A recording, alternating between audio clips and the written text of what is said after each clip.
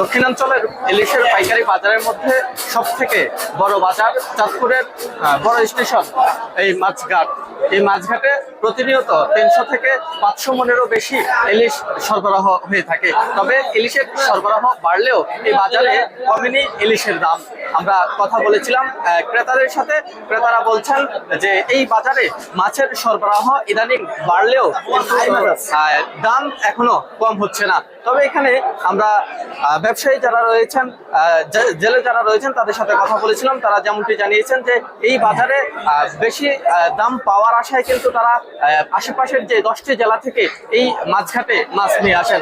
এবং বিক্রেতারা যারা রয়েছে তারা বলছেন যে প্রতিনিয়ত এই বাজারে 300 থেকে 500 মণ মাছ সরবরাহ হলেও দাম কমছে না। তবে 500 মণের উপরে যদি মাছ সরবরাহ হয় তো সেক্ষেত্রে কেজি প্রতি 50 থেকে 60 টাকা করে কমে আসে। বর্তমানে এই বাজারের পরিস্থিতি প্রায় 700 থেকে 800 গ্রাম ওজনের ইলিশের বর্তমান দাম ধরা হয়েছে 1200 থেকে 1300 টাকা এবং 1 কেজি ওজনের ইলিশ ধরা হয়েছে 1500 টাকা করে।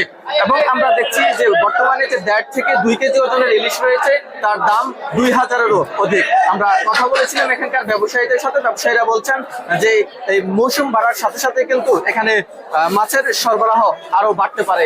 আমরা এখানে একজন ব্যবসায়ী রয়েছে, আমরা একটু তার সাথে কথা বলার চেষ্টা করবো যে এই বাজারে বর্তমানে মাছ কেমন সরবরাহ হচ্ছে আর দাম কেমন। আসলে যে এখন তো মূল সিজন এখনো আসে নাই, সিজন আসলে হয়তো দাম আরো কমে আসবে। আর এখন হয়তো 300-400 মণ আসে, যেমন আগে আসতো 3000 মণ। এখন মাছ কম আসে, সেই হিসেবে যখন গত 15-20 দিন আগে কেজি প্রতি 2600-2700 টাকা ছিল, এখন হয়তো কেজি প্রতি 1500, 1600 এবং 1700।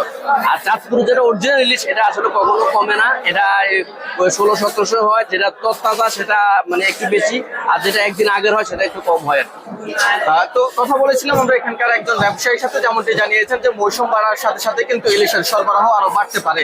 এবং আমরা কিন্তু দেখছি যে ইলিশের প্রতিনিয়ত যে চাঁদপুরে যে ইলিশগুলো দেখা যাচ্ছে, মূলত জেলার এই চাঁদপুর জেলার ইলিশ একেবারে কম থাকলেও এই জেলার আশেপাশের যে প্রায় 10টি জেলা থেকে কিন্তু এখানে ইলিশ সরবরাহ করে থাকে। তো আমরা কথা বলেছিলাম এখানকার যে গবেষকরা রয়েছে তারা বলছে ইদানিং বৃষ্টিপাত বেশি হওয়ার কারণে কিন্তু ইলিশ কিন্তু নদীতে উঠে এসেছে, সাগর থেকে নদীতে উঠে এসেছে এবং এই কারণে কিন্তু ইলিশের দাম এখন বৃদ্ধি পেয়েছে। তবে আমরা যেমনটি বলছিলাম যে ইলিশের সরবরাহ এখানে বাড়লেও কিন্তু এখনো পর্যন্ত দাম কমেনি। এবং এই বাজার থেকে আমরা জানি যে চাঁদপুরের এই বড় স্টেশন মাছঘাট কিন্তু পুরো দেশের মধ্যে বৃহত্তম একটি মাছঘাট। এই ঘাট থেকে কিন্তু এই ঘাটের যে চাঁদপুরের ইলিশ কিন্তু সারা দেশেই বিখ্যাত। তো এই ছিল চাঁদপুর থেকে ইলিশের বাজারের সর্বশেষ পরিস্থিতি।